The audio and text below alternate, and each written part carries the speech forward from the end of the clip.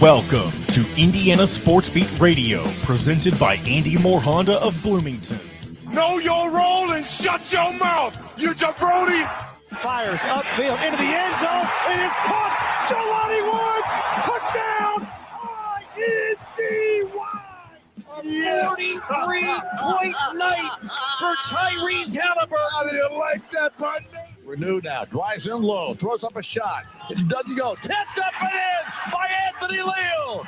Indiana takes the lead. It's pretty simple. I win. Google me. Now, here's your host, Jim Coyle. Hello, everybody. Welcome aboard. It is Wednesday. Appreciate you being here. Indiana Sports Speed Radio. Brought to you by our good friends at Andy Moore Honda of Bloomington.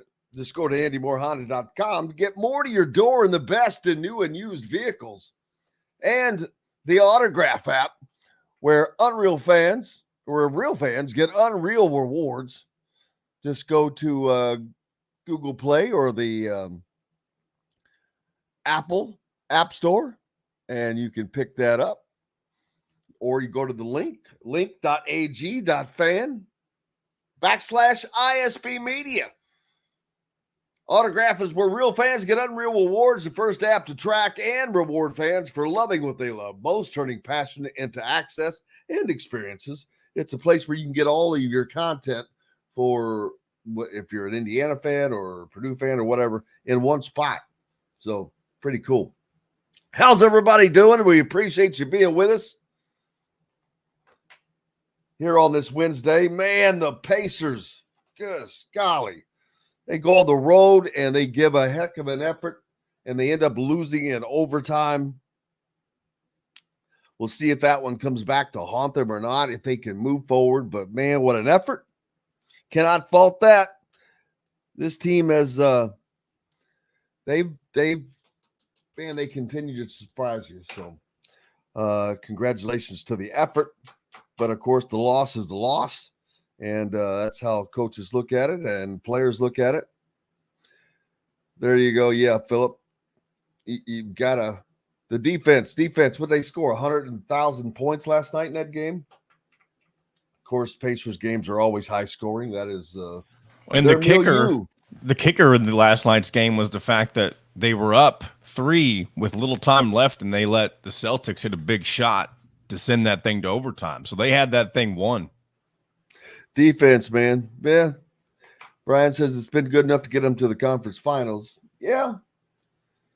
But they've been some fortunate in certain ways. But, yes. So there's that. Indiana baseball gets a win in the Big Ten tournament over Purdue in the first round. So they will move forward. Devin Taylor named Big Ten Player of the Week for the Hoosiers in the Big Ten, of course. But freshman second baseman Jason Oliver didn't begin the season as an everyday player for Indiana. But, man, he got hot. He blasted a 5th inning go-ahead home run in the opening round of the Big Ten tournament to lift number 3 Indiana over number 6 Purdue. And the Hoosiers will continue to march on in that. So congratulations to Indiana baseball. All in all, 8 of Indiana's 9 starters managed to record a hit in the first round win. That's pretty good when you get that kind of rotational hitting. That'll score you some runs. So Ty Bothwell got the start for the Hoosiers. He made it through 3 innings without surrendering a run. He was battling the flu, so it's a tough deal to deal with. And it sucks. Can you imagine dealing with the flu this time of year? It would just be odd. But he had lost 5 to 10 pounds since coming down with a sickness. Holy moly. That'll affect you. Well, with the win, Indiana has advanced to the winner's bracket, and now they play number 7 Ohio State on Thursday afternoon, so they get a day off. And that will provide a spot in the semifinals if they manage to get that win. So congratulations to Indiana baseball. How else did you spend your Tuesday? We've got so much coming up this week. The Indianapolis 5. It's Indy week, baby. It's hard for me not to wear my Pacer shirt. I'm trying to save that for being out at the track. Telling myself again a little bit. Fred Cowgill down at WLKY, the CBS station in Louisville, is where I've got my start. Basically, I was interned and ended up working there under Fred, and he's retiring. And they're having a luncheon. And so I put it on my calendar, but because I've got so many things going on and I'm always just whacked out with stuff, that I always put it on the day before as well, a reminder. And yesterday I was zipping around and I see the reminder, and boy, I bust butt and take off and start heading down. And I was literally 5 minutes from crossing the bridge and found out that it's tomorrow. So I got to just turn right around and drive back. So I had that going for me, which is nice. If there's any caveat, Fred will surely appreciate the extra effort. Oh, I have a great photo I wish I would have sent to you. I did send you a picture of something, by the way, yesterday. Oh yeah, it was Scotty's Louisville. That's what it was. That's great. And did I send you the traffic? So there was both of those need to come up. You need to pull both of those up. We can squeeze down in Louisville. They in the city, they have these pictures all around the city of different people that are connected to the city, like Pat Day, former jockey that won the Kentucky Derby. Denny Crum, of course, national champion basketball coach, Olympic gold medal or swimmer. There, Muhammad Ali, Kutin Kleiner guys, the hand surgeons. There's just so many different people. I can't think of them all, but they're on these sides of buildings in different places where they can find a building suitable for that. And Tom, thank you very much, sent me a copy. It's not one that's really up, but it's photoshopped of Scotty Scheffler on the side of a building, and they usually say Scotty's Louisville. I mean, like Muhammad's Louisville, or whomever the person is. And someone sent me a picture of Scotty Scheffler, which it was absolutely hilarious. Thanks a lot for everybody jumping on the Andy Moore Honda hotline. We appreciate you guys coming on from all over, top of the state. Brian Patterson up in South Bend, we appreciate you, man, all across the state. Whether you're in New Albany or Evansville, Fort Wayne, Hammond, Chicago, listening to on our affiliates, 97.7 The Ref, ESPN, always the right call, down in Evansville. 1380 The Fan, Fort Wayne's only sports station. And make sure you stay, just keep it tuned right here afterwards for the Sports Rush there in Fort Wayne. And, of course, 12:30 a.m., 104.7 FM, WJOB, the voice of the region. Keep it tuned there for all your info, news, and sports needs there as well. Dylan Sinn on the program today. Kyle Neddenriep from the Indy Star. Rick Bozich, of course, from WDRB.com. Plenty to pick up on with all of those guys, and looking forward to that. How was your weekend? I noticed someone mentioned that the weekend weather forecast not looking great for the 108th running of the Indianapolis 500. As I attempt to pull the weather up real quick right here. that stinks because the weather has been so good right now. Oh yeah, yesterday for the Big Ten baseball tournament, it was delayed. Indiana was originally supposed to play at 11 a.m. Then it was 2 p.m. Then it was 5 p.m. Hey, my flag fell. It's gone. Magically disappeared. Indianapolis 500 flag. But Brian says he's never seen 3 feet of water in a dugout before. And that's why the games were postponed. Flooding in a dugout. It must be how it drains. I noticed watching a recap of the NASCAR All-Star race from over the weekend that they had rain and unbelievable flooding. It was so deep, Goodyear tires were floating around. Guys were diving in. It was that deep. It was mind-boggling. They had 5 inches of rain in 90 minutes there. I don't know the specifics that happened out in Omaha, but it's weird. It's when you get a deluge, there's certain places that don't have an easy runoff. And of course, those dugouts must have been one of them. That's crazy. But Brian pointing out 85% chance of thunderstorms on Sunday.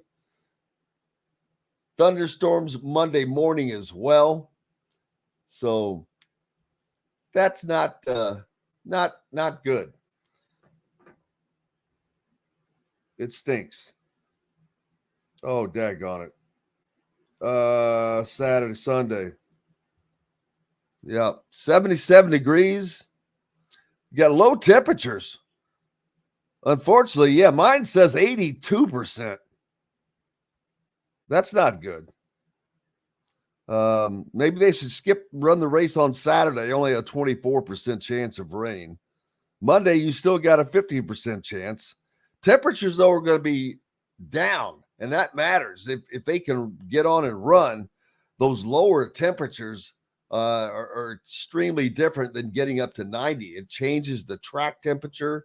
It affects the grip, the tire wear so much, and it changes the race. But there's another issue now. You've got Kyle Larson, who is doing the double. If Indianapolis goes into a delay, what happens? Does he wait? Does he wait it out? Does he risk skipping or missing out on the Coca-Cola 600 in Charlotte, the NASCAR race, in which he is earning points for? Wow, that's going to be a tough decision. A very tough decision. Now in NASCAR, they have, and it's probably the same for IndyCar, but they can have an emergency driver on hand, someone that could actually start the race in that car, and Kyle Larson could join as soon as he could get there. But that's going to be another that adds another interesting twist to this attempted feat by Kyle Larson by trying to do the double-double in the race of the Indianapolis 500 and the Coca-Cola 600 in NASCAR on this Sunday. So, but that's going to be, Brian said, if it thunderstorms Sunday morning and there is more coming, he should just leave. Probably not a bad idea. Good idea for us to take a great break as Dylan Sinn set to join us next from the Fort Worth Journal. I don't know why I always get that mixed up. Fort Wayne Journal Gazette.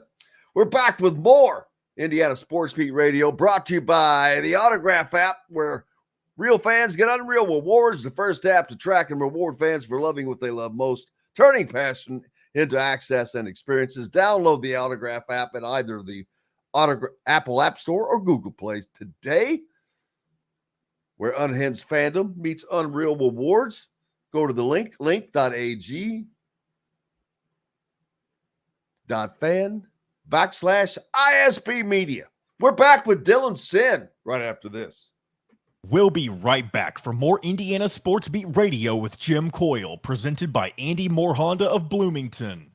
In the market. Welcome in, Dylan. Good morning, gentlemen. How are you? Hello, sir. How are we doing? Can't Peachy. complain. Yeah. Just peachy. Oh, yeah.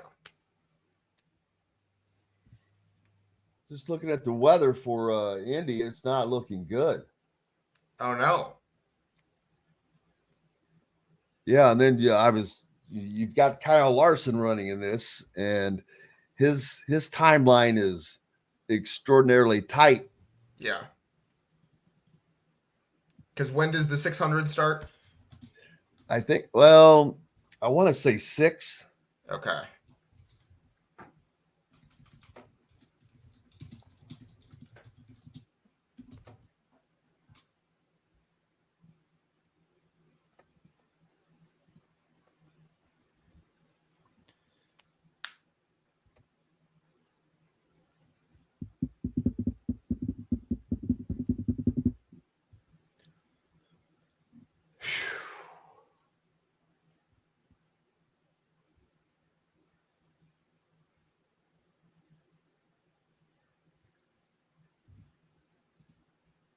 How have you been? I've been good. Yeah. Keeping busy, as always, you know. Oh, I bet you're married. That's right. That's honeydew list. You've got something called a honeydew list now. Yeah. I'm working on it, you know. Honeydew this, honeydew that. Yeah. But no, there's also no shortage of work going on right now, too. You know, there's plenty to be doing. There really Jason is a ton going on. Usually at this time of year, you don't have a lot of extra stuff to cover, I feel like. That's right. John, see if you can pull up this Kurt Signetti interview with Adam Brennan. It's like a whole podcast. Yeah. I have not seen it yet, Well, Jason. I am working on getting to it. It's on my list to watch. I've heard it's very good. I saw a quote. Maybe you can pull a clip from it. There's a clip where where Signetti talks about the basketball game that he went to, and he was like, "I felt it was time to stir some things up." Okay, if I can find that, I'll send you a message and let you know I've got it. Yeah, Brian, I'm going to drive for Kyle Larson if he can't. we're gonna get Chase Briscoe in there. Kitchen Table has Yeah, the Chase largest Briscoe selection in of there. in-house made products around and everything you need to make a gourmet meal at home. Or pick out a tomahawk steak or a grouper filet and enjoy it cooked to perfection in Chop Shop Steakhouse. Chop Shop, Market and Table, a part of the Wild Food Group, is your butcher, baker, and fish house, no matter where you live. This segment is brought to you by the Chop Shop, home of the Indiana football and men's basketball coaches shows. Welcome back to Indiana Sports Beat Radio with Jim Coyle, presented by Andy Moore Honda of Bloomington. Welcome back, Indiana Sports Beat Radio here on this Wednesday. Appreciate you being with us. Dylan Sinn from the Fort Wayne Journal-Gazette with us. I was talking just a bit ago, Dylan, about the possibility of bad weather on Sunday for the Indianapolis 500, the 108th running. And something that quickly came to mind was the fact that Kyle Larson trying to do the double, which includes running this race and the NASCAR Coca-Cola 600 down in Charlotte. But so you've got a time window that you've got to meet, and delays would bring that on. And I said, well, I'll be the relief driver. And Brian put Jim Coyle on the board Warner, and I saw that, and I started laughing out loud right when we came back. And so that just brought a chuckle. I was like, oh my God, that's hilarious. But yeah, that's going to be tough. That stinks. I was looking forward to this, dude. Kyle Larson is a badass. Yeah. He left after qualifying trying to qualify for the pole last Sunday and jumped on a chopper, jumped on a jet, flew down to North Wilkesboro, North Carolina for the All-Star race in which he ran in the top 5, barely lost third place by 1/100th of a second. You can't even explain how close that is. But he's just a freak when it comes to driving. You could put him in whatever you want, and I don't care. You could put him in one of those Flintstone mobiles, and I think he would beat people. He's just an unbelievable. He qualifies in the top 6 at Indianapolis. That's a feat. He's never driven in Indy cars. I mean, other than the practice and whatnot. So that's nuts. And I was really looking forward to him in that race. While Team Penske, they have all the speed, obviously. They've got the front row wrapped up. They've got the pole, defending champion Joseph Newgarden up there. They've got all the speed, and they're looking really good. They're missing a lot of people in the pits because of some suspensions. But, I'm really looking forward to that race. I hope the weather does not impact it. Yeah, absolutely. I mean, they're expecting. I remember a couple weeks ago, they had their president came to Fort Wayne for kind of a meet and greet in Fort Wayne. We got to see the Borg Warner Trophy here in Fort Wayne, and they said they're expecting a really big crowd this year. They sold out some of their seats 3 weeks earlier than they did last year. Like, they're expecting an enormous crowd. Excitement's really high. So yeah, hoping the weather doesn't impact it at all. I was thinking if it does impact it, and Kyle Larson has to leave to go to the 600 and get our friend Chase Briscoe in there, friend of the show, to go run the Indy 500. Well, is he not running in Charlotte? Well, maybe he can make a call, be like, it's a once in a lifetime opportunity to run the 500. Yeah, I don't see that happening. I don't think he has shown an interest in Indy cars. Now he's a dirt track guy. He runs those. Sure. He'll run those dirt tracks. The Chili Bowl, places like Bloomington. He's another guy. That's the thing about those racers that people don't understand. Man, they go jump in a different car, a different style car, all the time, every week. They're like Kyle Larson was up at Kokomo, the Kokomo Speedway, running up there last week. It's like anywhere there's a race, it's like they tell them, hey, find me a race every night.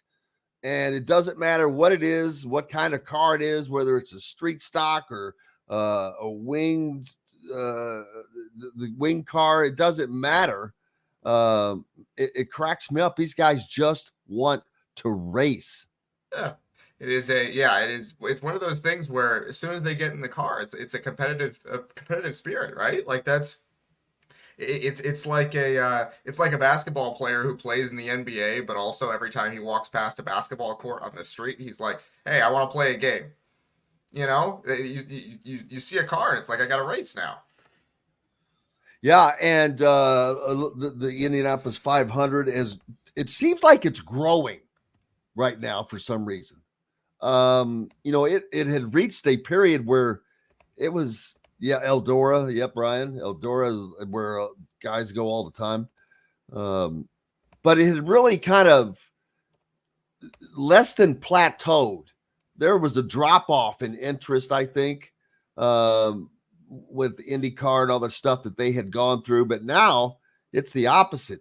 There's this interest. It's on the rise. It's ever since, maybe, I don't know if it's ever since the 100th running when they got the incredible crowd of like 350,000 people, but they had 330 last year. Yeah. They're expecting that again this year. Now, the weather may obviously impact that. But leading up to this race, they're already expecting that same type of crowd, if not bigger. My question is, lift the blackout. Lift the blackout. Lift the blackout. Come on. They've got to lift the blackout, man. Yeah. I noticed you have a shirt on that says Los Angeles on it. It's like how people in Los Angeles for all those years couldn't watch the Dodgers. Exactly. Like, yeah, it's exactly what it is. It's like, come on, man, we want to watch the greatest show in racing, the greatest show in sports. Well, it's ridiculous when you have 300 last year. You have 330,000 people at that race, but that was not enough to lift a blackout. I'm like, give me a break, man. Give me a break. They are making a mint of money with 330,000 people. So it's I just think it is weak to have such an incredible sporting event, but it be blocked out from an entire region of people that support it, that support that race. How many of those people go to events leading up to that race that they may not be at the race per se, but this race draws people from all over. It's like the Kentucky Derby. It draws people from all over. People have been coming to this race. Families have been coming to this race for years and years and years. And it doesn't matter where from. They come from California. They come from all over because it's a special deal. And I'm telling you, it is. Some things are just different. Some sporting events are just different. The Indianapolis 500, the Kentucky Derby, they're just different. There's a feel. When you're there, you can tell you're at an event, a special event. Yeah. I do think that's part of the reason for the renewed kind of interest in it, like you were talking about, is that when it went away for that 1 year and then you couldn't go and then there was limited attendance for another year, it was like, it was like we're missing something here, right? And I think that once it came back kind of to full capacity, people were like, hey, I remember that I really enjoyed this thing. I want to experience it again. And I think that there's kind of been some pent up, hey, I want to get back over the last couple of years here.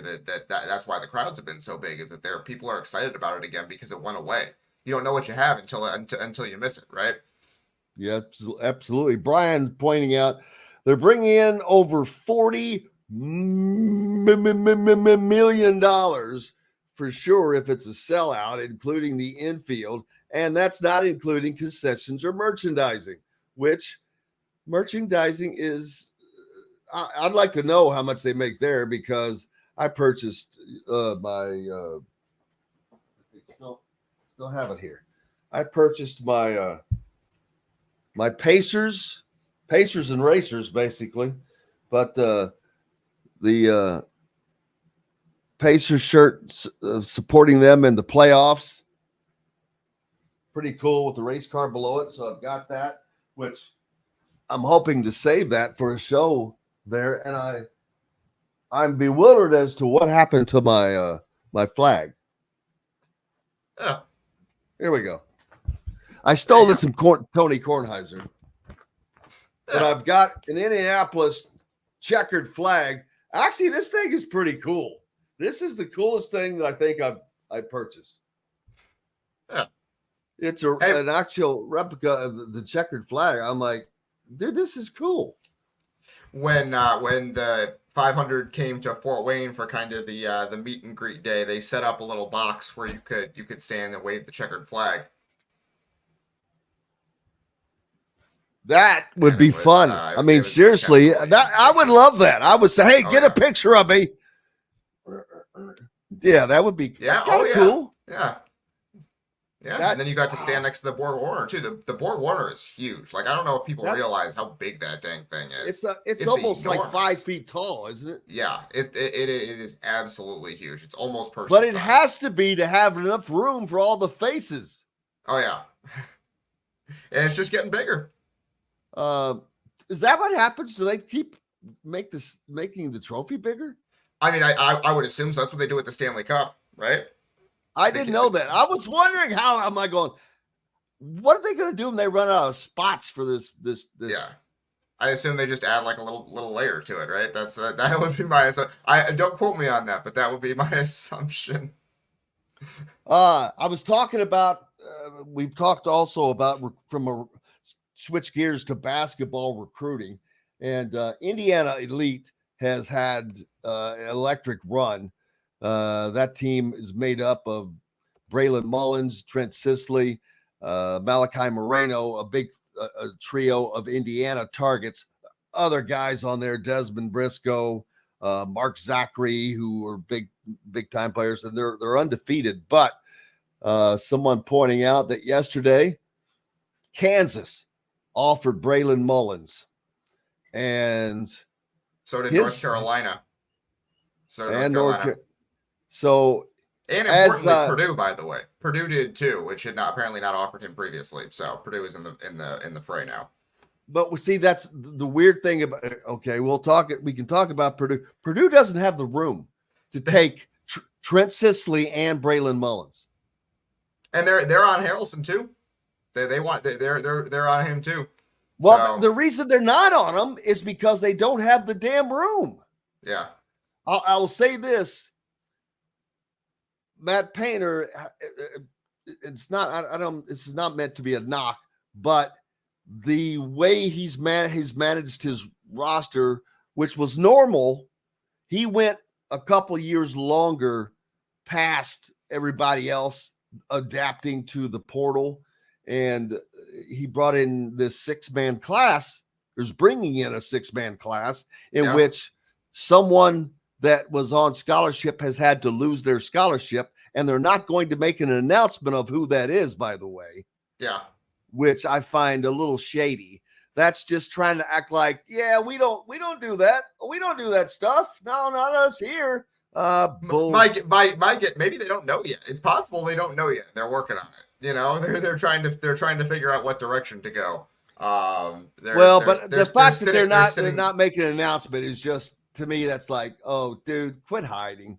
But because their fans, they might not know yet. Like, that's the thing. Is like maybe they'll make an announcement. No, they said they're not going to announce it. Period. Okay. But, but Mullins is now getting. It's ironic because Mullins and Trent Sisley both being recruited.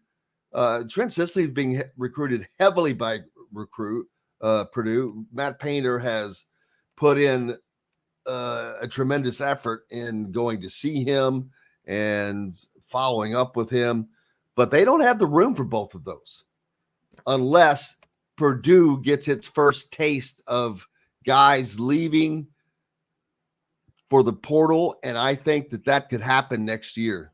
Yeah, I mean, Matt Painter has been open about the fact that that's a possibility. Like, he said that one of the most interesting quotes he gave during the NCAA tournament this year was like, basically, we're going to do it this way, and it's probably going to catch up to us at some point. And like, he was basically like, yeah, it's going to catch up to us. And so maybe he's thinking ahead and being like, hey, we don't know who it's going to be. We might lose 1 or 2 or 3 of these 6 freshmen at the end of this year just because they don't see a path to playing time, and move on from there, you know? So I'm fascinated by that. Like we've talked about the last couple of months, I'm fascinated by it. Because it's also possible that they're in on Sisley, and they're offering Braylon Mullins as a backup plan. If Sisley goes elsewhere, then you go harder at Mullins, right? Which it seems like Mullins is getting to the point where he's no one's backup plan, but maybe that's what it is, right? Like you have multiple bites at the apple, and so it could be that kind of thing too, where you're basically giving yourself if you're Purdue, whoever commits first gets the spot, right? Absolutely, and it's going to be interesting. Indiana, of course, recruiting Braylon Mullins, Trent Sisley, Malachi Moreno, and Jalen Harrelson, all 4 of those guys, and they will have the room for them. Now, landing all 4 of them, that's a stretch to think of happening, in my opinion. But because it would be a grand slam home run if that could be made to come to fruition. But as pointed out, I think by Brian, but this is this may have been from the interview that I had with him a few weeks ago when I talked to all of them, Braylon Mullins, Trent Sisley, and Malachi Moreno. I wish I had John pull this up, but he says he's going to visit Bloomington with Malachi and Trent. Yeah, they plan on. He told me they want to do a visit together. They want to come and do an official visit at Indiana together. They're playing together very well right now, and I don't know if that will carry over to them really wanting to go to college, because now you've got things pulling these guys in different directions. Now, Braylon Mullins, his recruiting is really going national. Not that Trent Sisley's isn't, because he's got offers throughout the Big Ten, but it is what it is. Those guys, Purdue is on him hard, Indiana's on him hard. Michigan State is there, Michigan's there, Iowa's there. But Braylon Mullins is going to Kansas is the first example that he could get an offer from Duke or someone like that. His recruiting is really going up, especially after last weekend. Elite goes 4-0 down in Texas. One game that Braylon Mullins has, he goes 6 of 6 behind the 3-point line, 8 of 10 from the field overall, 80%. That's like, the Pacers in the game against New York, man, setting the NBA shooting record. That's 80% for a game with 10 shots. That's pretty damn good. Yeah. That's pretty damn good. It's 6 of 6 behind the 3-point line. Get the hell out of here, man. And against good competition too. Like, that's the point of that tournament, is that's really high level competition. So yeah, great for Braylon Mullins that he's doing that. I do think it's good for Indiana that they've been on him from the start. Like, some of these teams are getting in and offering now, but recruits care about people who were in on them early, right? Indiana has laid the groundwork with him in a way that, like, they should be in pretty good position, even though his recruiting is blowing up, and they're gonna have to close. Right, like that's gonna have to be the thing, is that they've laid the groundwork and now you have to finish. But the groundwork is there to make that happen if you do the work from here on out, because of what you've done already. You know who is going to be, I believe, the hardest fight to get his services for Indiana? Michigan. That's the word that I have received. We've got to take a break. We'll talk more about this on the backside of it. You're listening to Indiana Sports Beat Radio, brought to you by our good friend Cheryl Sizemore and Remax Realty. For those in the market for a home down around the Indianapolis area, reach out to Cheryl. Cheryl at IndiaHomePros.com. Her 2 decades of experience may be the difference between getting the home you want or not. We've got lots more coming up here on Indiana Sports Beat Radio. Dylan Sinn from the Fort Wayne Journal-Gazette with us. Back with more right after this. We'll be right back for more Indiana Sports Beat Radio with Jim Coyle, presented by Andy Moore Honda of Bloomington. If you're looking for You guys talked about the Pacers at all yet? Just a little bit, but we can talk briefly more. Mentioned at the beginning. Okay. John, were you able to find anything? Oh, from the Signetti? So I have a clip. It's not really what you would expect. I couldn't find the thing Dylan was referring to. And what I have is just it's kind of a little bit of a preview, I guess, of the interview. And it has some good thoughts in it, but there's like music in the background, and I don't really know how I feel about playing it. But we can if you want. It's up to you. No, it doesn't sound like it's got much substance to it. So no, if it were me, I wouldn't play it, but I didn't know if you'd want to anyway. I guess we'll skip it and try to work on having that for tomorrow. Yeah, maybe now that once it's been out for a little bit, there may be some clips that surface that are, a lot easier to find. Yeah. But yeah, how about my pictures? So I sent those to my email, and then I tried to send them again. So whenever you send them to my phone text, I can't put them up on there. I have to put them to my email, and they're not sending. And if you can send them to my email, it will make it easier, but I don't have them available to be shown yet. But if you can send them anytime you have pictures, send them to my email, not my phone, because that eliminates an extra step. And usually I don't have an issue getting them from my phone to the email, but for some reason they're not sending. So I don't know what the issue is. Gmail. John Alden. This weekend is going to be wild for the city because it's Saturday is game 3 for the Pacers, Sunday's the 500, and Monday is game 4. Oh yeah. So one of the best sports weekends in Indianapolis for quite a while here. Actually, not true. I mean, because we just had one. That was what all was going on. Well, it was game 6 with the Pacers and Knicks last week, which was awesome for the city because they destroyed them.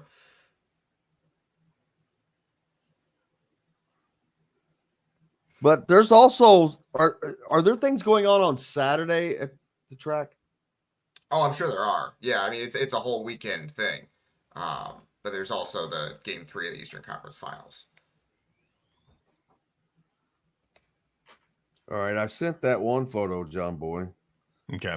I'm trying to think what the other photo was that I sent. Oh, no, that was... I can't think of what the other thing was.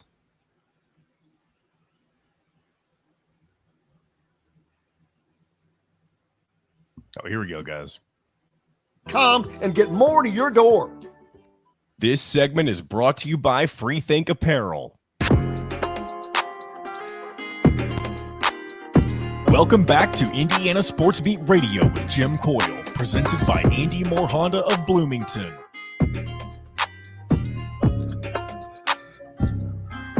Welcome back, Indiana Sports Beat Radio here on this Wednesday. Thank you so much for being with us. Brought to you by Freethink Apparel and Promotions. Whether you need 24 t-shirts for your upcoming family reunion or 200 for this season's recreational baseball or softball leagues, Freethink Apparel meets your printing needs. Their team of industry experts work with you to design a professional-looking sales-generating web store for your custom-designed apparel or promotional merchandise, which is very cool. For large corporations, small businesses, high school sports teams, national accounts, Freethink Apparel delivers no matter where you are. Visit freethinkapparel.com today and get printing. All you people out there, I know there's some business owners out there amongst you. Wherever you are, it doesn't matter. If you're in Florida, if you've got a dental office practice in Florida or wherever, your uniforms, use Freethink, man. We appreciate it. Back with us here, and Dylan Sinn from the Fort Wayne Journal-Gazette with us, talking about all kinds of things. We've got the Pacers going on this weekend. We've got the Indianapolis 500. I think that, and hopefully, thank gosh, there is a break of AAU basketball, because that's what it was, Dylan. Last week, here's what I had going on last weekend. It's been nonstop. Normally, we get to the NCAA tournament, and that is like the time you could take a breath and relax. And it has been the opposite since then. It has been like the Indianapolis 500 since the end of the tournament. The portal with Indiana filling all these spots. That went on. Then AAU basketball started. So that was going on at the same time. Last weekend alone on Saturday, I had qualifications at the Indianapolis 500, a Rivals 5-star camp at Decatur Central High School in Indianapolis, EYBL basketball in Indianapolis, and Indiana Elite was playing in Texas. So had that to keep up with and track. And that was the same thing Sunday. And it was just wears you out. And then now we've got, and the Pacers were still playing then. And this weekend, it could be another weekend of a full sports menu with the Pacers playing on Saturday, as Dustin pointed out. The Indianapolis on Sunday, and then back on Monday with Indy again. So busy time. I don't know that it's ever been a busier time in the Indianapolis areas for this length of time. I mean, if you go back to the NCAA tournament, they hosted an NCAA site. Bloomington had an NCAA women's site. They hosted the NIT. Then there was, there's been basketball. There's been 2 AAU. There's been I think a 3 SSB event. Yeah. Since then, there's been an EYBL event since then. It's nonstop. We had the EYBL event here in Fort Wayne, the Hensley Run and Slam in early May. Like it's all over the place. Like there's so many different things going on, and like this is like as you said, this is usually the quiet time of year. Like it's gotten to the point where there is no longer that kind of quiet time of year until you get to like June or even July, right? Like it's and by July, of course, you're looking to get into like football media day and things like that, and so that's not stopping either. And so yeah, we're right into the thick of it now. And I mean, what, 6 weeks from now, less than that, we're gonna be talking about college football like in earnest again. So there's no rest for the weary here. We're having fun. Absolutely. I'm not gonna lie to you. I could use a weekend off for once. It would be nice. Unfortunately, we work in a business that involves sports, and sports kind of make a thing on weekends. That's okay. Could be digging ditches, right? That's right. Brian pointing out that Jalen Harrelson said recently he is going to wait until the end of summer to take visits. I think there's a piece in the Hoosier.com right now that you can go look at, that where the Hoosier talked to Jalen Harrelson last week while he was playing in this event, but said he's going to wait until the end of summer to take visits. He's narrowed his list down to Auburn, Duke, Gonzaga, Kansas, Purdue, Indiana, Michigan State, Missouri, and Notre Dame, which ironically, if Purdue was on that list, had they offered prior? I believe so. Yeah, this was part of it. He released this list. I think it was during the Big Ten tournament, maybe the first round of the NCAA tournament. It was like his top 9, and yeah, Purdue was on the list. So he's on there. They're definitely pursuing him. I know that is something that they're involved in for sure. Well, what a list. I mean, there's not a team on here that is not Missouri's. I'm like, okay, that's a little questionable. They were not very good last year. And they went 0 in conference play last year. 0. Yeah.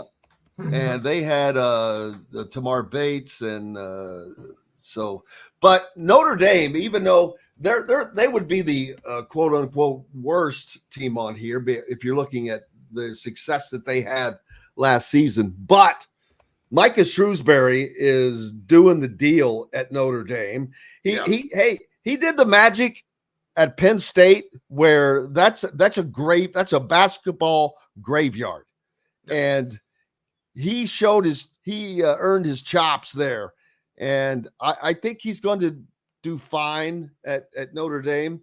You know, I've wondered about the NIL ability of Notre Dame there, but I spoke to somebody who has knowledge on that subject and says, nah, it's better than you might think.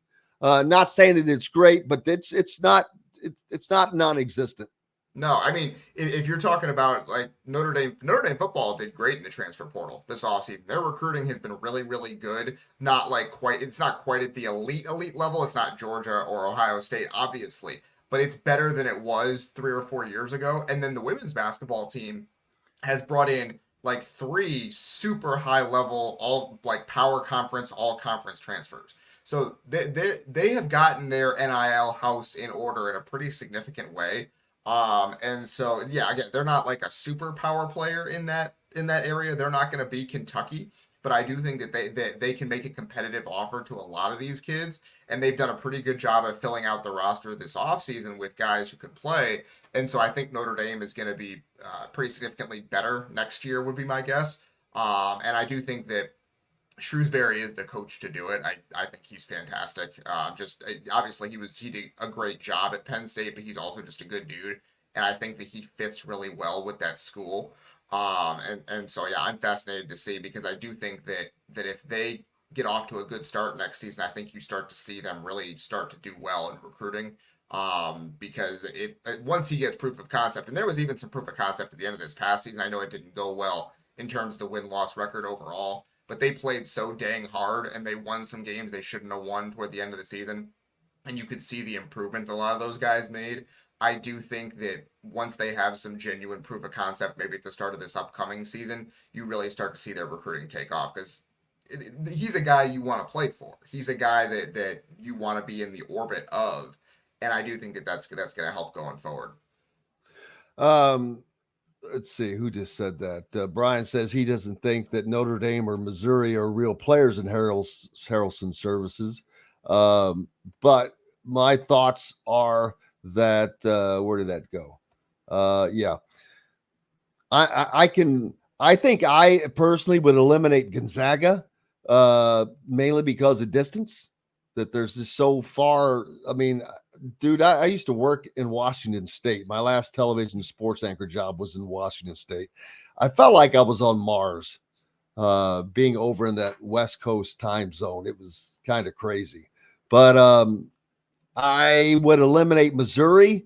I would agree with that. I'm going to eliminate Michigan State. I think that they're just kind of just because I'm looking at Indiana, Notre Dame, and Kansas right now on my top.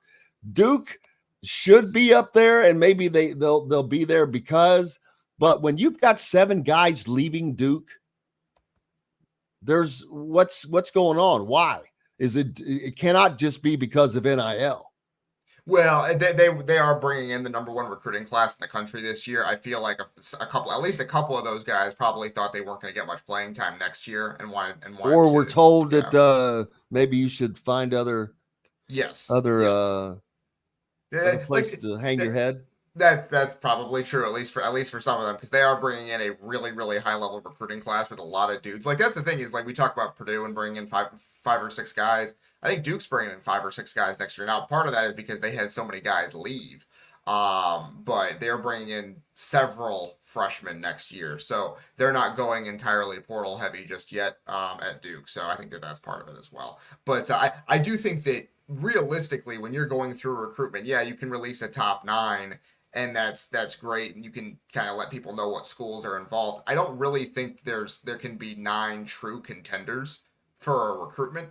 I think even when you release your top 9, you probably put them in some kind of order in your head, at least in tiers, and be like, these are the ones that I'm really interested in. These are the ones I'm kind of interested in, and these are the ones that are on here because if they really wow me on some kind of unofficial visit, then maybe they're in the mix, that kind of thing. So I don't think you can really have 9 true contenders in a recruitment anyway, so that makes sense to me. Yeah, and see, who was it? Dr. Drew said he has trouble getting fired up about freshmen in today's college basketball landscape, and that's because of all the portal changes, and I get that. But this class of 2025 in Indiana is a class of freshmen to get fired up about, because Jalen Harrelson is the real deal. Braylon Mullins, he's certainly becoming the real deal. Trent Sisley he's been questioned by people, and I kind of laugh. Look at what he's doing through the through SSB circuit. He's scoring every game. He is doing the things he needs to do. He's playing inside. He's shooting threes. He's getting, his eye cut open, battling in there. Seriously, his toughness has been questioned. I have twice seen him playing where he's been bloodied. That's a joke for people to say that. So, but this freshman class is one to get fired up about, because Malachi Moreno is a 7-footer he's going to be something. So those 4 guys are a nucleus that could be, it solves so many different things. They're all great players, number 1, but 3 out of those 4 are Indiana kids, something that Indiana fans have really wanted to see again on the Indiana roster. Absolutely. And so I do think that part of it is what you want on your team for your freshman recruiting at this point is you want guys who are going to stick around for a while, and then you're obviously one and dones that are going to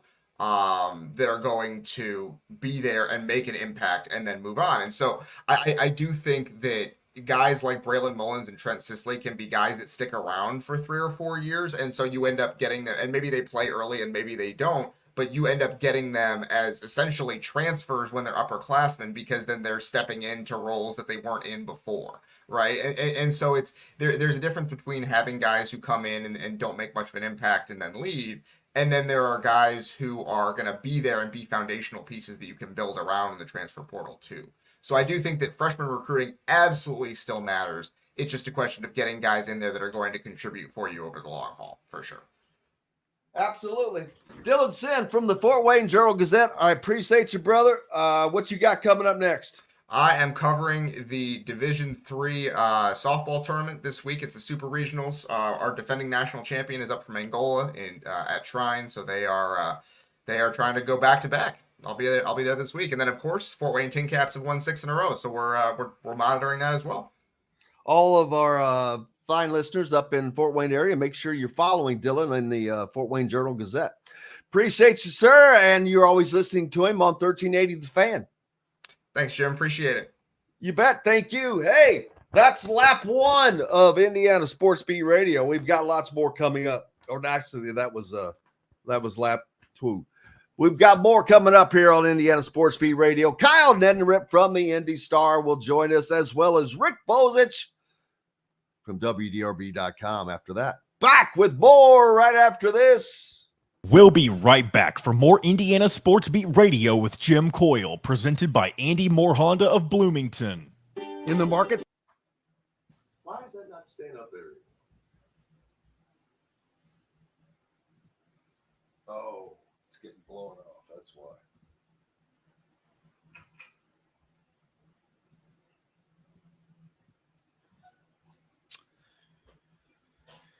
All right, Kyle will be on momentarily.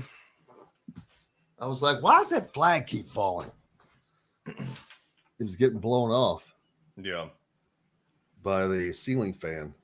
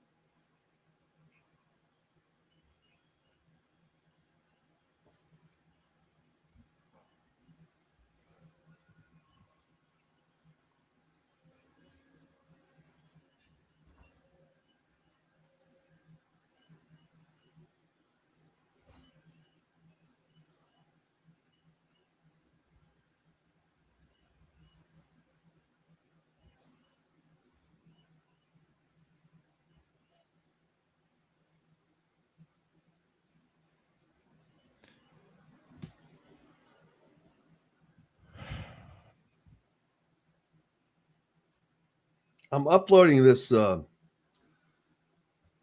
Kitna thing. To where? YouTube. Okay.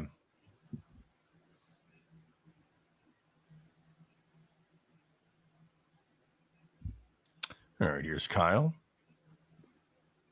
Morning. Morning. Hey, brother, how are you? Good. How are you, Jim? I cannot complain. Staying busy. Good. All right, here we go, guys. South of Bloomington within the Stonecrest Golf community. Choose from one of the gorgeous Stonecrest Signature Series house plans. We have several lots available with scenic views of the golf course. Contact Amy Rhoda with Rebesco Real Estate for additional information. 812-583-0919 or go to mystonecrestliving.com. That's mystonecrestliving.com for more details. This segment is brought to you by Hoosier Hanks East.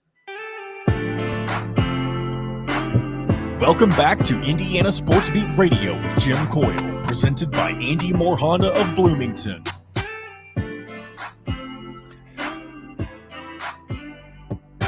Welcome back on this Wednesday. Appreciate you being with us. Indiana Sports Beat Radio, brought to you by Hoosier Hanks East. They're in Bloomington, located off College Mall Road. Hoosier Hanks East has an array of custom pizzas, Strom's, baked wings, mac bowls, fresh salads, so much more. Dine in, carry out, or have Hank cater your next event. Hoosier Hanks East is a great place to watch the games or gather with the team afterwards. Use their exclusive party room for your next gathering. Order online at HoosierHanks.com or visit them at 1285 South College Mall Road.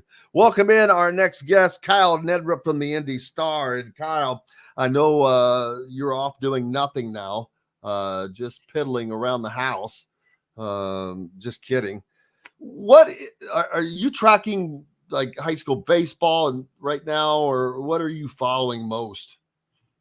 Not really. I mean, I don't really have I did a lot of track last spring. I've done some more track this spring, but it's a lot of sort of miscellaneous things. Had a story this morning on Braylon Mullins, obviously pretty big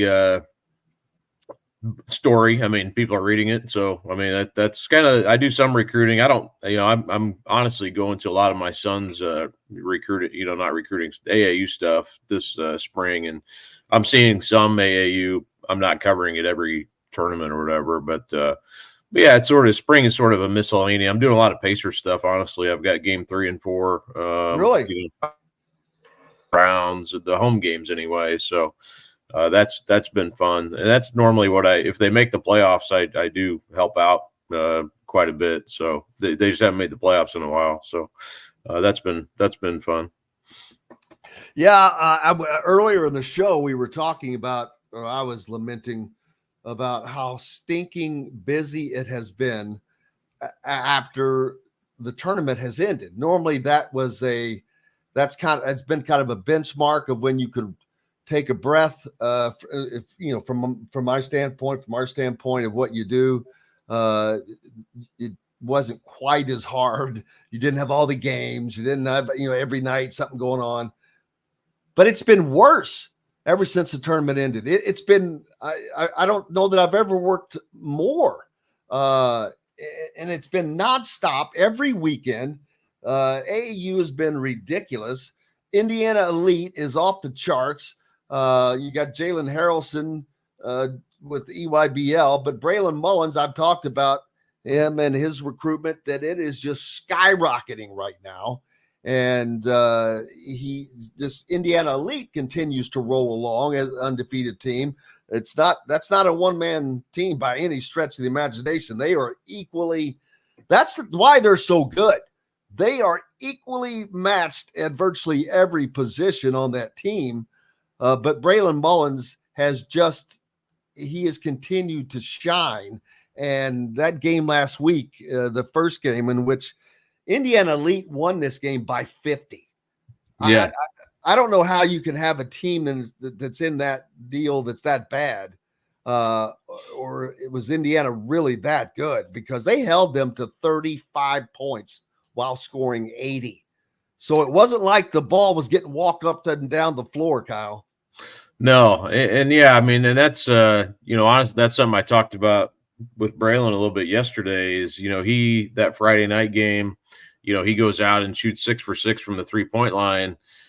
Hubert Davis is sitting there watching, Malachi Moreno, and all of a sudden it's like, who's that guy? And then it's like, okay, and it's off. And I know Nate Oates from Alabama was there, and having a chance to sit down with Braylon yesterday, him and his dad and his high school coach, Luke Meredith, it's like, this is kind of the apex of like things are just exploding. They're getting texts and calls. Luke Meredith was telling me yesterday, he's on the phone with the Kansas assistant. It's kind of put in the story, but he kind of said, I don't normally answer phone from out of state numbers because it's, spam or whatever. And I've got to, he's changing that policy quickly. He's on the phone with the Kansas assistant, and all of a sudden he's got a Michigan State assistant calling in and leaving a voicemail. And it's like, man, it's been constant since, and it's just the timing of it is I asked, why is it happening right now? And I kind of know the answer, but it's just, people are seeing him for the first time. It's first evaluation period in person. And also the transfer portal is sort of, closed for the most part as far as people going to where they're going. So now it's like, okay, we're getting a first real look at this kid, and the 2025 class in a large aspect. And obviously there's been schools that have been, recruiting him, obviously IU included, and they went out of their way to say, hey, IU's, they've done a great job. It's not like this changes anything with them. But it has, and I kind of thought this might happen with Braylon as it becomes a national recruitment, and we're there, and now the question is, does he, he's going to visit these places. He's going to visit UConn at the end of June. He's going to visit Michigan, he's Michigan State. He's going to visit, I assume he hasn't set anything yet as far as I know with Kansas, but I'm sure he's going to get there, so Alabama, I'm sure he'll go to a football game at least this fall in Tennessee. So, the question I guess becomes is he really going to go that far from home? And, I don't know, it's, we'll see. I mean, obviously those programs can offer you a lot, and literally a lot. They can offer you a lot of money. So, that's kind of where we're at now too. So, it's interesting to me how this works. It explodes, and then, it becomes a different type of recruitment altogether. And that's kind of where he's at right now. He's kind of that team is great. Malachi Moreno's got so many great options. Trent Sisley, he's a great player too. But it seems like Braylon's the one right now that's kind of going to another level, as far as where he was and where he's at now. So just interesting. Yeah, well, he just looks so smooth when he's out there playing. And like I wish I would have gotten to see that first game down in Texas, which he shot 6 of 6 behind the arc. I mean, that had to be impressive, but he shot 8 of 10 overall. I shot 80%. Mentioned earlier, it's like the freaking Pacers, breaking shooting records. That's pretty damn good. When you shoot at least 10 shots in a game and you shoot 80%, man, a post player, yeah, okay. That's not, you're from 2 or 3 feet hitting shots. That's one thing. We're not talking about that, man. We're talking about 6 freaking 3-pointers out of the 10. And then 2 other shots from some, maybe he drove, I don't know. But just his recruiting has turned into a bullet. Boom, it's going up high. And now, like you said, he's got to consider UConn, Michigan State, Kansas, Alabama, all these big names that are coming at him, which is incredible. With all of that, can you find yourself staying at home and going to, say, Indiana or Purdue, who has now gotten into the mix, which I also mentioned it, I find it funny that Purdue's gotten into the mix because, or is it him and Harrelson both? They don't have room for either of those if they're wanting Sisley as bad as they have recruited him, which I know that they have. But now it's like, okay, well, do we not recruit Sisley quite as hard and start recruiting one of these guys a little bit better? Because I don't know how much recruiting effort they put in on those two, to be honest with you. Well, certainly Mullins. They've been recruiting Mullins, and I can't speak to knowing. And I know they've recruited Harrelson. I don't know to what extent necessarily. I haven't, I'm not sure where that has been. But they have recruited Mullins. They've been, Matt Painter's been there a lot. They just didn't have a situation where they could offer him until, for whatever reason now. So yeah, I don't know. Obviously IU has offered him longer ago and been more involved, I would say, to a large extent. Probably the opposite with Sicily a little bit, or at least more even with Sicily. So yeah, I mean, I don't know where that goes with Mullins for sure. I mean, his overall recruitment is just, I don't think I even met, North Carolina and Duke, once they, so it's just like all over the place. And with UConn winning back-to-back titles, how do you not go take a look and listen? It's just, it would be silly not to, so, I know people will be like, well, we've been recruiting him. Like, well, look, if you're in his position, why wouldn't you go take a look and just see if it's too far, see if it's even the campus, what that's like, or, all this stuff. Go to a football game and see what Alabama's like.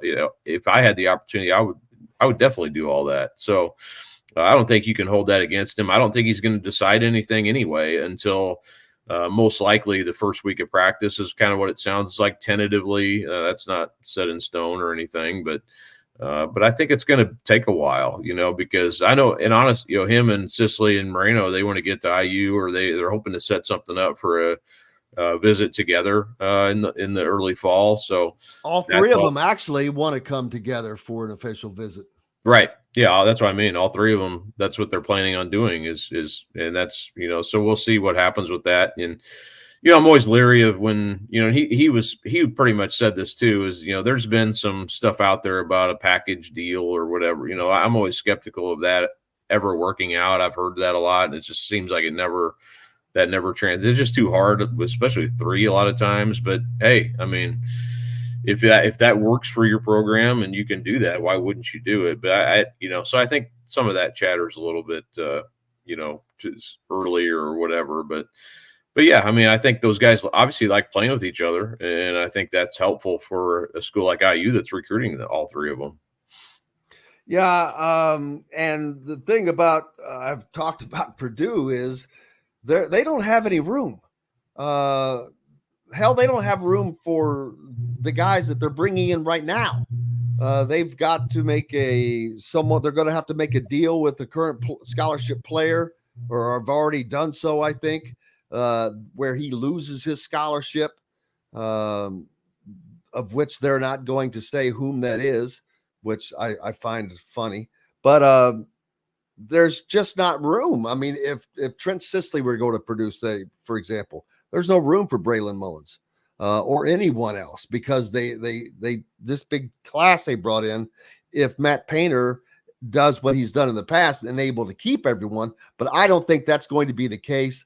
I think Purdue is also going to be hit by the transfer portal. I'm not saying it's going to be extensive, but I just don't think you can bring 6 guys in and keep them all happy. Transfer portal, we saw what happened to Duke last year with 7 guys going into the portal. But it's just going to be interesting. There is there's a lot going on, man.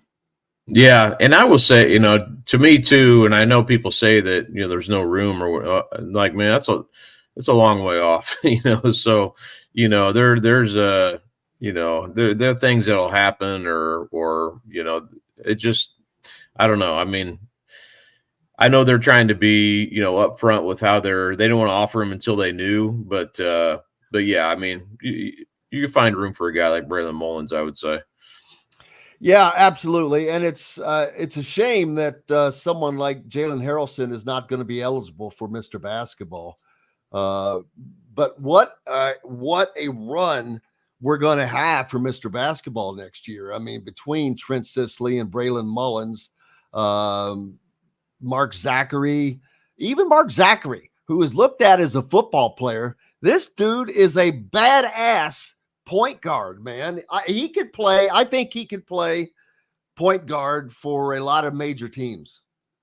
Yeah, I agree. Yeah, and I know. Yeah, I told him, it's like, you're going to go out and play on this Adidas circuit, and coaches are going to be like, "Who is that?"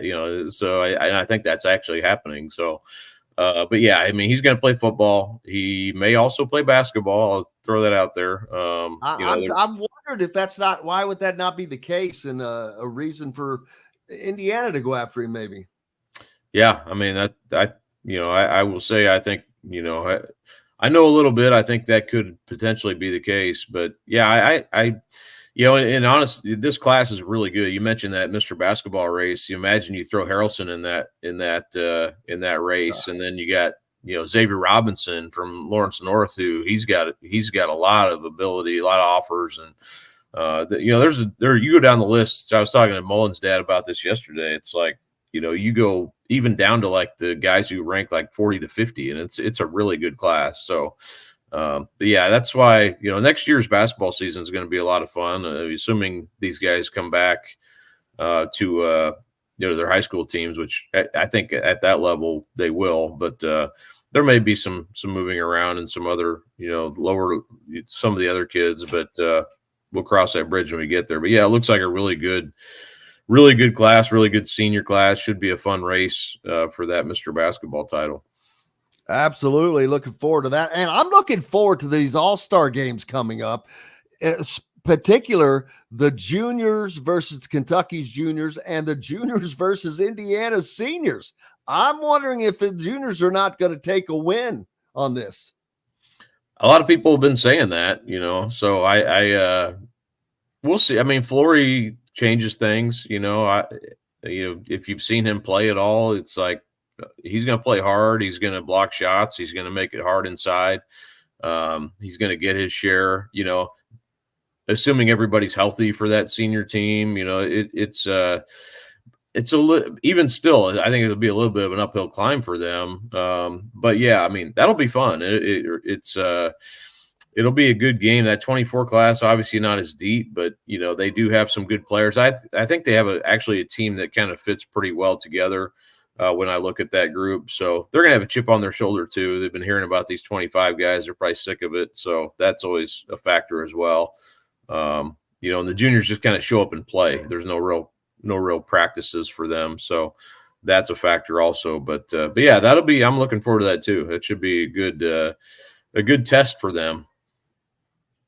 Absolutely. And make sure you dig up in the Indy Star and find Kyle's latest piece on Jalen Harrelson and much more content he's got coming, whether it's from the Pacers or college or recruiting going forward. Kyle, I can't thank you enough as always.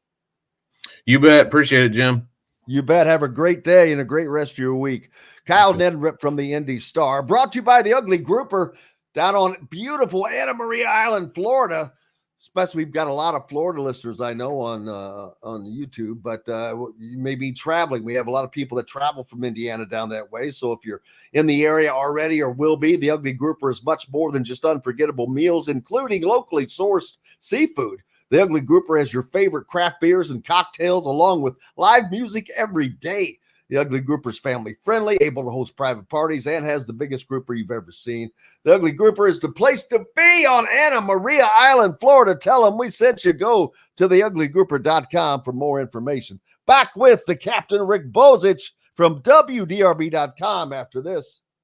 We'll be right back for more Indiana Sports Beat Radio with Jim Coyle, presented by Andy Moore Honda of Bloomington. Formerly be. Good morning. Hey, brother. Hello, how Rick. are you? I'm good. How are you?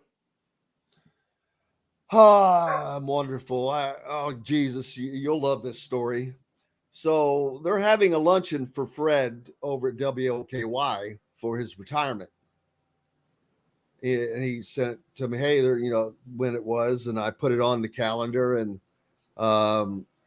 because I'm ADHD, I have to put double, triple reminders and alarms. My phone's always going off for alarms. And the thing came up yesterday, Fred Cowgill luncheon. And so I raced to get out of here after the show and run down. And I'm literally at the bottom of the cut of 64 to get into Louisville. And I'm texting Fred about something. And he goes, well, if you're coming to the luncheon, it's tomorrow. Oh my gosh. Oh yeah. And I just took the 265 exit, got off at State Street, went straight back up to 150 and back to Bloomington. Wow. That's my life. That's my life. That is my idiotic, crazy life. So you coming back today? Oh yeah. So now I get to turn around and come back today. Wow. Oh, Is the luncheon at the station? Yeah. Come out. Hell, you're close by. It's like a 5-minute drive for you. Yeah. Not quite, but they did a really nice thing for him last week. They gave him a PGA Tour quality golf bag with the saw that embroidered all the tournaments that he's covered there. Oh wow, yeah, I saw that. Yeah, that's not one you're going to carry. That's you keep that in the house. Yep. He only lives about 2 blocks from me, 3 maybe. Oh really? Mm-hmm. That's cool. You won't come up and cover the Indy 500, will you? No, sir. How come? Too much traffic? I don't know. Just after the Derby and the PGA and everything else, just need a weekend off. Oh, tell me about it, Rick Bozich. Let me tell you about my last weekend. On Saturday, I had Indianapolis 500 qualifying, had EYBL basketball tournament going on in the north side of Indy, and a Rivals football camp this weekend at Decatur Central High School. And Sunday, it was the same thing. The Rivals camp, basketball was going on, and more qualifying. It's been like that every weekend. It's something. An AAU event the weekend before that in Indy. Here we go, guys. Go to AndyMoreHonda.com and get more to your door. This segment is brought to you by Bubba's 33 in Clarksville and Evansville. Pizza, burgers, beer.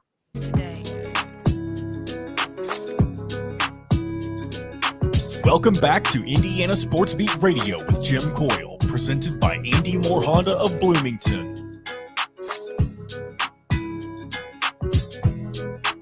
Welcome back, Indiana Sports Beat Radio, here on this Wednesday at Hump Day. Brought to you by Bubba's 33 down in Clarksville. For all of our Southern Indiana listeners, right off of I-65 on Veterans Parkway. Pizza, burgers, beer, great place to go. The food is made fresh every day, and that's a fact. The staff is wonderful. It's got a nice outdoor patio. Just a really good place to go. 50 TVs, big screen TVs, so you don't have to worry about missing anything. Joining us now, the Captain Rick Bozich from WDRB.com. Richard, how are you, sir? I'm good. I'm kind of regrouping this week after 7 days out at Valhalla of really high-level golf. Kind of going through withdrawal here. Every morning I'd get up and go catch the bus and head out to Valhalla. So I don't even, where are they? Oh, this week they go back to Fort Worth. So we'll see how that turns out. Yeah. And most likely the last major the city of Louisville will see, at least for any time in the foreseeable future. Yeah, there's a couple openings on the PGA calendar. I think like 32 and 33, but I'm not sure if they'll be able to get one of those or not, or how badly Valhalla wants to get one of them. But it's been it's 4 tournaments they've had here, and they've all had great finishes. So some people have complained that the course was too easy. You know, the winning score was 21 under, which is the lowest ever for any major championship. But the drama, every time they played at Valhalla, the drama's been very high, and you got to give credit to Jack Nicklaus the way he designed the course with that the finishing par 5. It's a hole that you can easily birdie. A few guys eagled it, but you can also, if you screw up your drive, you can easily get a 6. So there's a pretty good variance on that finishing hole, just as Nicklaus designed it.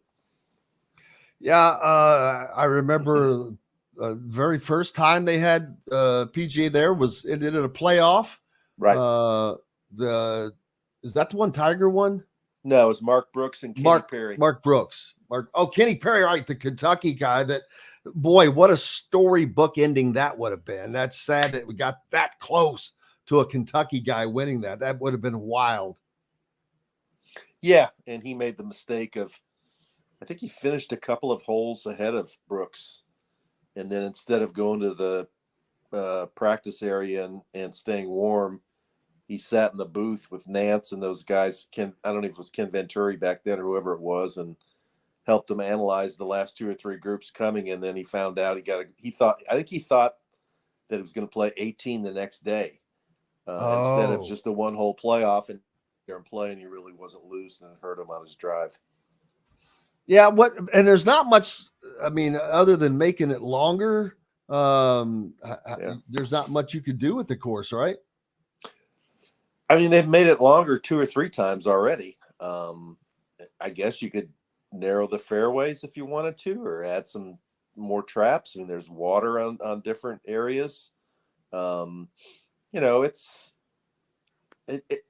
difficult for me to say, because I think any average golfer that goes out there, they say, and I'm not even average, that's the hardest course I've ever played. But for these guys, the way they hit it now, with the length they have and the accuracy, they seem to be able to take advantage of it. And the conditions last week were optimal for scoring. There was a lot of rain, so the greens were soft. They could shoot at pins and not worrying about the ball hitting on the green and rolling over.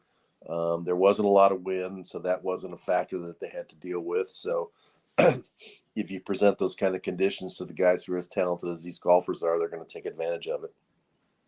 What were the crowds like? It seemed to be pretty good.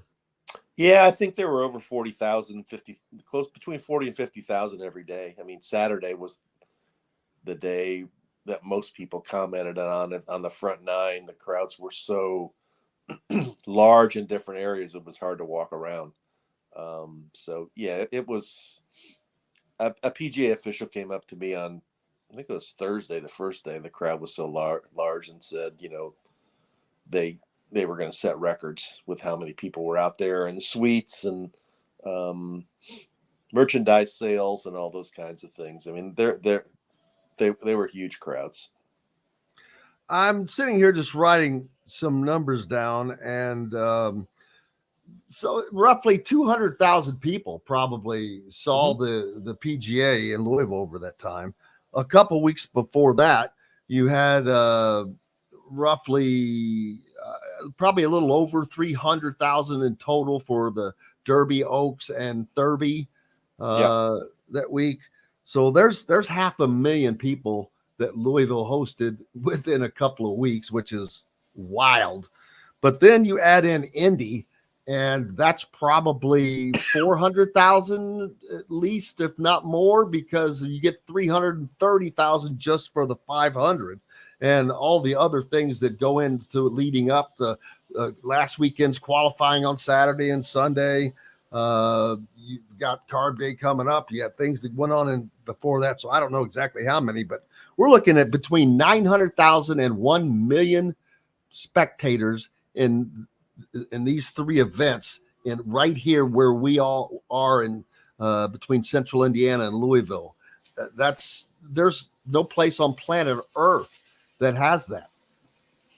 No, and the thing that's great about it is there's such great tradition about it. These are, well, the PGA's only here occasionally, but the Derby and the 500 have been on the American sports calendar for a long, long time, stood the test of time, remained relevant in a different era of sports. And they're so, both states are so proud of the heritage of those events and what they mean. It means the spring's about over, summer's here, and it's a celebration of the cultures of both states.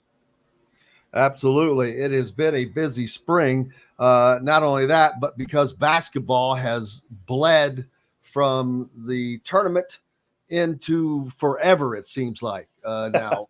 It's everyone always said it's a year-round sport in Indiana, it always has been, but it seems to be becoming a year-round sport, period. Because as soon as the tournament ended, there was AAU events going on. Bam. And that will not stop until July. So by August, we'll finally be done with college basketball in that regard, as far as recruiting, rather, not college basketball, but recruiting. But guess what? October, it's right back. But then you've got the decisions that could be coming.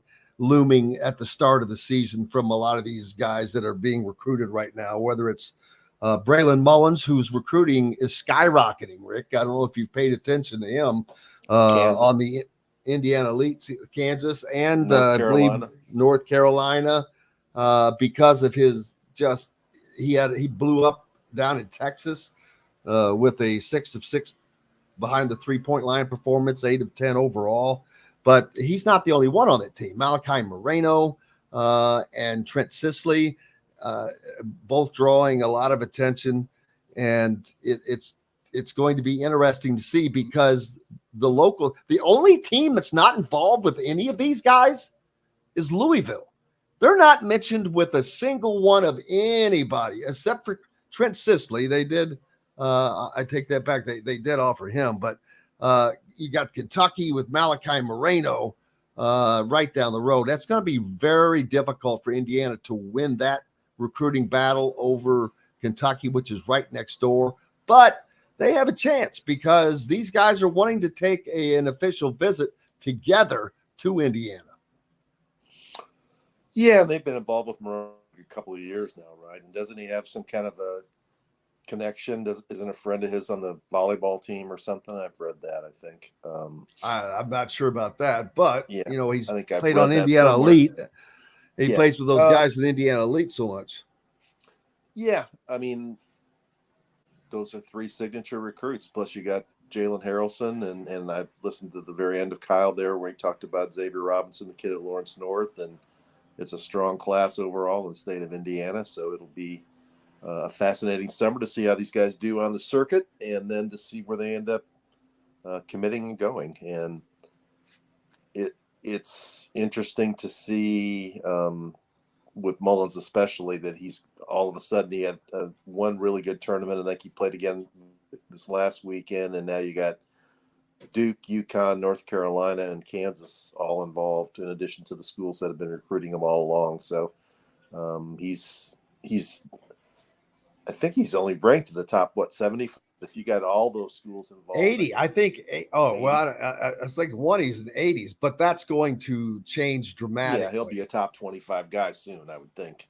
Absolutely. And I predict his final schools will be Indiana, Michigan, and Notre Dame's Kansas. been recruiting him hard too. Wasn't Notre Dame in there all Micah along? Shrewsbury is working his ass off, and he's going to taste success at Notre Dame. I saw him at an event a couple of weeks ago.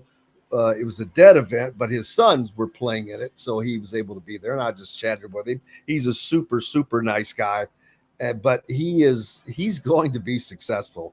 He's a super likable guy, for one thing. He's just down to earth as you can get. That makes a huge difference to me. It's the same with Dusty May. I mean, it's like just meeting a friend. These guys are super nice. They're not egotistical. And I think they relate to these guys and can relate to these guys easily. Yeah, we didn't even mention Dusty May. I'm sure he's going to be involved in a lot of these guys too with his staff. Oh, Dusty May will be heavily involved in Braylon Mullins. I think that's one of his favorites. Yeah, I'm sure it will be. So that'll be fascinating to see how that plays out. It's been a while. Who's Trace Jackson Davis? I guess is the last big name Indiana high school recruit that Indiana got, or Romeo. I guess. Yeah, Jackson Davis was after Romeo, so those would be the last two. Haven't been a lot of them in recent years. Well, no, because there haven't been any targeted. The class, it's been it was a combination of. They've all gone to Purdue. Yeah, that's a part of it. But Indiana was not getting it done with Archie Miller, and then in the changeover, they were behind. They were just simply behind in recruiting these guys, and they just couldn't catch up. So it's taken a few years. And then Mike Woodson took a different route. He went the route of trying to go after the biggest names he could get, which Jalen Hachifino was a good get. But then he lost out. He had Liam and lost out on him. And Boogie Fland. Boogie Fland, another Queen. one. Yeah. So and that's a part of that's been because of how Indiana's looked on the court, in my opinion, without question. I could almost say for certainty that's been an issue. That was the issue. But restocking the cupboard in the offseason through the portal, they have an opportunity. But the thing is, these guys are going to make decisions before the season starts. Right. So it's going to be, so it's not even going to matter what Indiana does, at least as far as a commitment. But we've seen that a commitment only means so much. Liam McNeely was committed to Indiana for a long time, and that changed. But it's going to be interesting to see what Indiana can land, because they have not truly landed freshman recruits. And there is a class there that is a grand slam home run of Jalen Harrelson, Braylon Mullins, Trent Sisley, and Malachi Moreno. I mean, that would be undoubtedly a top 5 class. Oh yeah. Top 5 class in terms of their playing ability, and be a top 5 class in terms of public relations hit of showing you could get fight off the best schools in the country for a lot of these guys who are in your state. You got to get at least a couple of them, I think. And it sounds like the 3 are at least considering going somewhere together, Moreno and Mullins and Sisley. Harrelson's kind of on his own track, and it has been since he went up and played at La Lemure. And he was at Fisher's before, is that right? Yeah, and they end up winning the state title without him. Wow. A lot of talent. Without him. A lot of talent I was at the state finals. They had like 9 guards on their roster. 9. What high school is this Zachary kid you're talking about who's the really good football player? He's committed to Notre Dame in football. Is that correct? Yeah, I don't know. I don't think he's committed. Oh, okay. He has offers from Ohio State, Notre Dame, several schools, but he goes to he's a Ben Davis product. Okay. And he's a kid that could play both sports at any of those schools. He could play for Micah Shrewsbury and play football at Notre Dame. Now that would be something. Have they ever seen that? Man, you want to talk about the annals of history. You could step into a chapter of Notre Dame sports, and that is a big, big deal. Yeah, if they have had somebody do that, it's been a long while. I don't know. The last guy that Johnny Lou Jack. Johnny Lou Jack. I can't really think of a Notre Dame guy that did both, but I'm sure there was one. There have been a few that have done it in Indiana, Buckner being the most prominent one. Yeah, people probably don't remember that Quinn Buckner played football. Was a safety, I think. Yes, cornerback, I think it was. He played 2 years of football, and then I think Coach Knight convinced him that it was not in his best interest long term. Yeah, I would like to have heard the convincing story that Bob Knight gave him. That would have been nice to hear. Absolutely. And then Cam Cameron, of course. That's right. Ross Hales was another one. Do you remember him? Oh yeah, and then of course, well, one of the most famous ones, Antoine Randall L. Antoine Randall. Didn't James Hardy also try it for a while, the receiver? You know what? I think so. I think he did, but I don't know that he played. He played a little bit in basketball for sure. There was actually one when I was in school, from the kid from Richmond, Indiana, by the name of Trent Smock, who played a little bit of basketball, and he played wide receiver and tight end. So he was one of the first. I think he might have been the same class as Buckner. Back then, it must have been more of a thing that people could do it because the football players didn't have to lift weights and practice 11 and a half months a year. We've got to take a break. Rick Bozich from WDRB.com is with us. We've got lots more coming up. Back with it, brought to you by Reynolds Family Dentistry. Go visit our friend Dr. J. Keep that championship smile down in Sellersburg. Easy to get to and pain-free. Only pain-free dentist in America.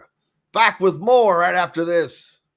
We'll be right back for more Indiana Sports Beat Radio with Jim Coyle, presented by Andy Moore Honda of Bloomington. John, do you have that picture?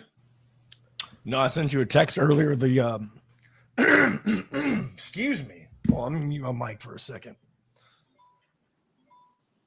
So you're driving down here as soon as you get done with the show? Yeah. The file you sent me, Jim, was an incompatible. It was a .heic file, whatever that was, but it won't upload to anything. That makes no sense.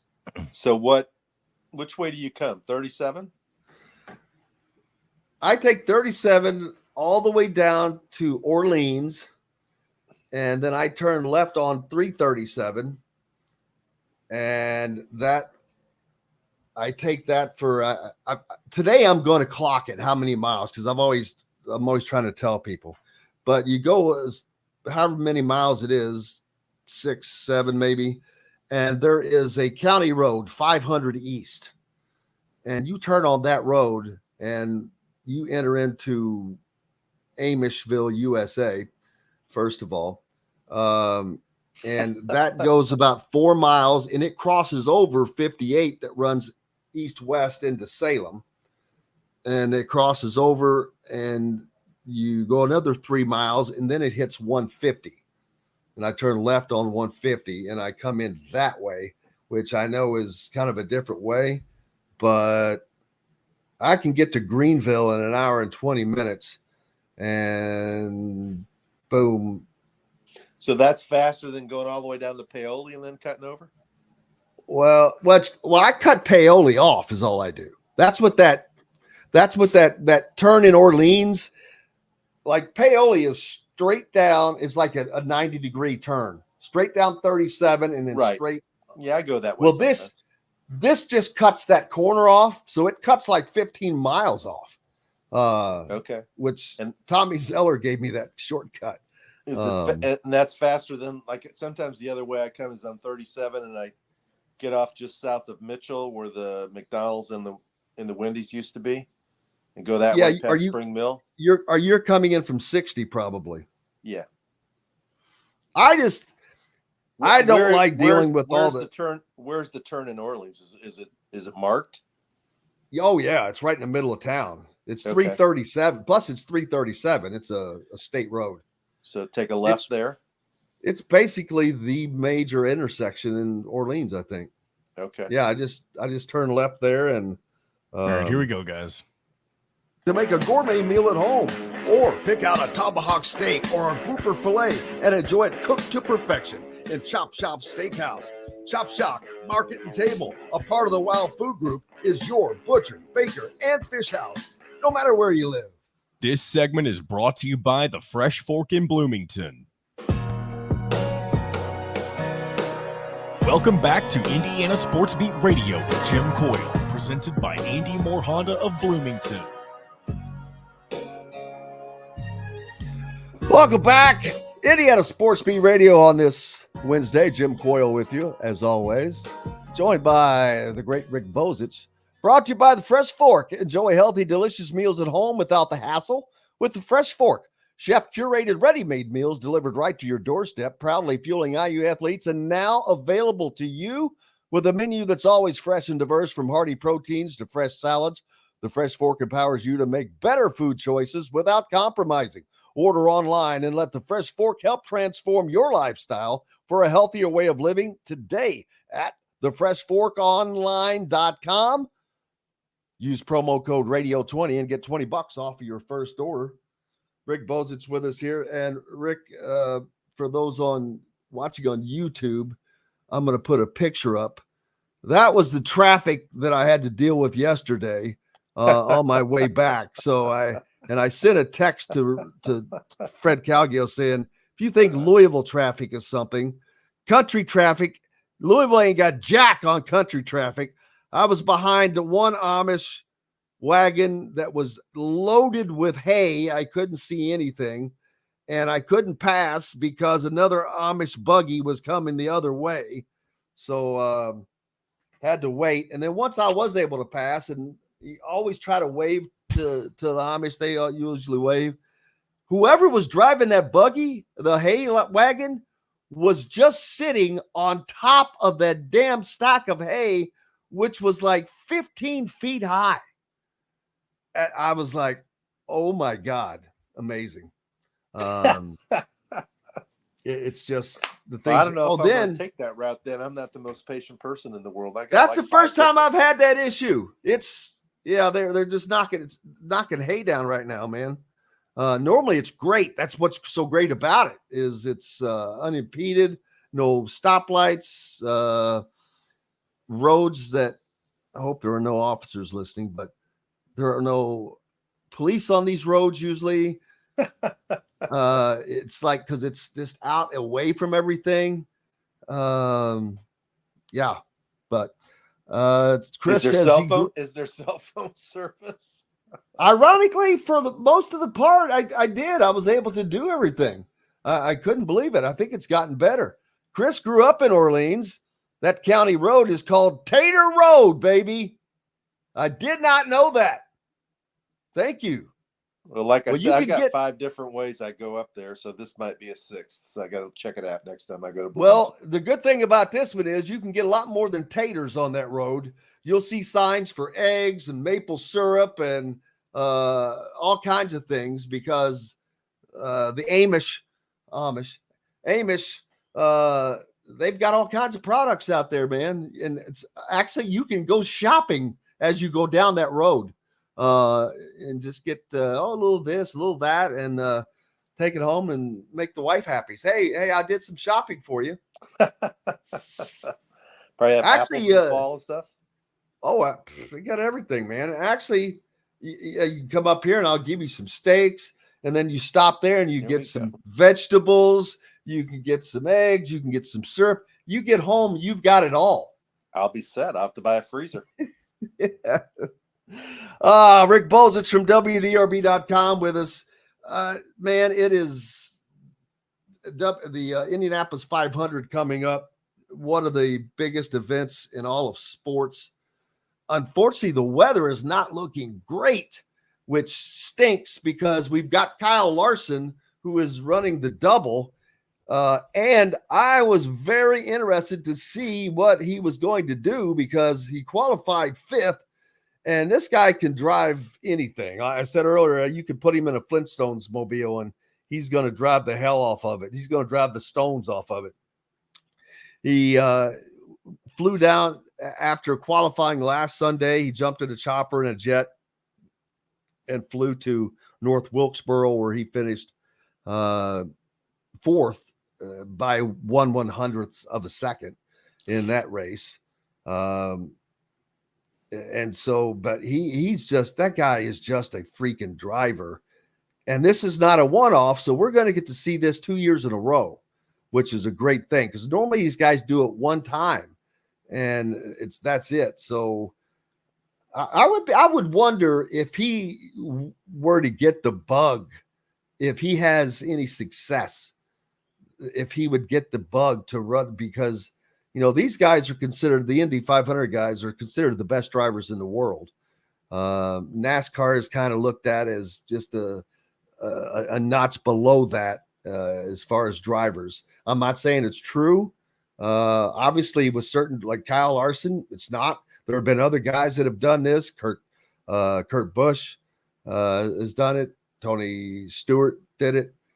But it's not something. It's just, it's hard. It's like it's just 2 different sports almost, because the vehicles are different. There's so many differences about it. Yeah, I've always wondered what would happen if the guy who was doing the double won the Indy 500. Would he follow through and do it, or is the celebration and the obligation so long after the race that would cut into his time of being able to get on to the next race and be able to relax and refocus?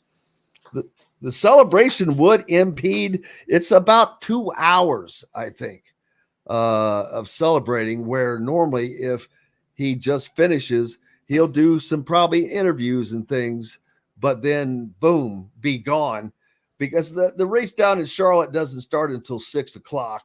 This race should finish by 3 o'clock. And it's probably figure an hour and a half for air travel, right, all the way. So you've got some time there, but they used to start this race at 11, I think, right?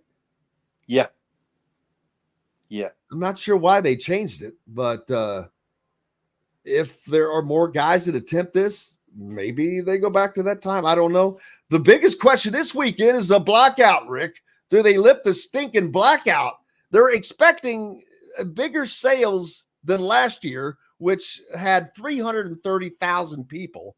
Man, I think that they're going to lift it, but I'm wondering how late can they make this call right up to the last second? I didn't realize the blackout was back. It used to be an issue a long time ago, and then it went away. They brought it back this year or last year or when? Oh, it was there at least last year because there was a lot of complaints because they had 330,000 people there, and yet maybe it's just since Penske took over. I don't know, but I think it's always been there. When did they lift it? Maybe during COVID, but I didn't realize that. So I get you. So that means you have to drive down. If you want to watch it, drive down somewhere to the south where you can pick up a Louisville station, or somewhere in yes, north where you get a South Bend yes, or Indianapolis absolutely. Station. Or if you have a way of getting around that, which several people do. On the computer, I'm sure. Yeah, you give some kind of a fake different devices, IP address or whatever. Yeah. I don't know. That seems to be a pretty antiquated way of looking at things. Most people view it now as anything you can do to get your event in front of as many fans as possible is what you need to do. When you know you're going to get the numbers that they're going to get already, now you're just adding to that. You add to it by advertising dollars. They lose. That's a lot of lost money by not having it on TV live. Well, that's just in Indianapolis. It's not live.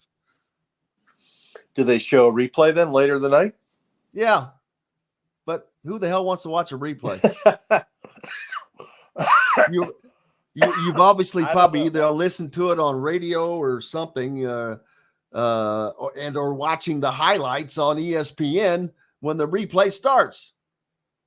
Yeah, that's got to be pretty old. That's a pretty old school way of thinking of things. Let me ask you this quick: like when did the Pacers play Game 3 at home in the Eastern Conference Finals? Game 3 is on Saturday, I believe, or is that Monday? It bookends the Indianapolis 500. They play on Sunday and Monday. Okay.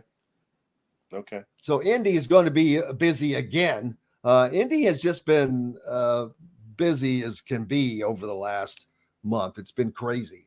And I'm sure you got like state championship track meets and state championship baseball and all that stuff coming up too. Yeah, Big Ten baseball is going on, not here, but Indiana beat Purdue yesterday in the Big Ten tournament, so they continue to play. That rolls on. Now, do they have to win one more probably to make the NCAA tournament, or did that win yesterday? I'd always say you have to win one more. The last projection I saw, they were in the field, so I guess they're in good shape. But I think it's not like a lock. I mean, they're still a little bit of a bubble team, I guess I would say, but on the right side of the bubble, so they could probably use one more. Which is an amazing comeback for them because while good things were expected from them this season, it was not going that way. It didn't go that well for a while, but they were able to turn it around and have a good season in the Big Ten. End up with the number 3 seed, and now they can make a little noise if they can do something in the Big Ten tournament. But what's coming up next for you? I'm going to chill out for a few days. It's been a long. I hate you. Usually why don't you just be my driver? Usually we'd be going into Louisville baseball, but they're not having a very good season. They got beat yesterday in the ACC tournament, so I think they're pretty unlikely to make the NCAA tournament. And I don't know. Kentucky's going to be in there. They're ranked number 2 in the country, so they'll probably be playing at home. There's another Orleans.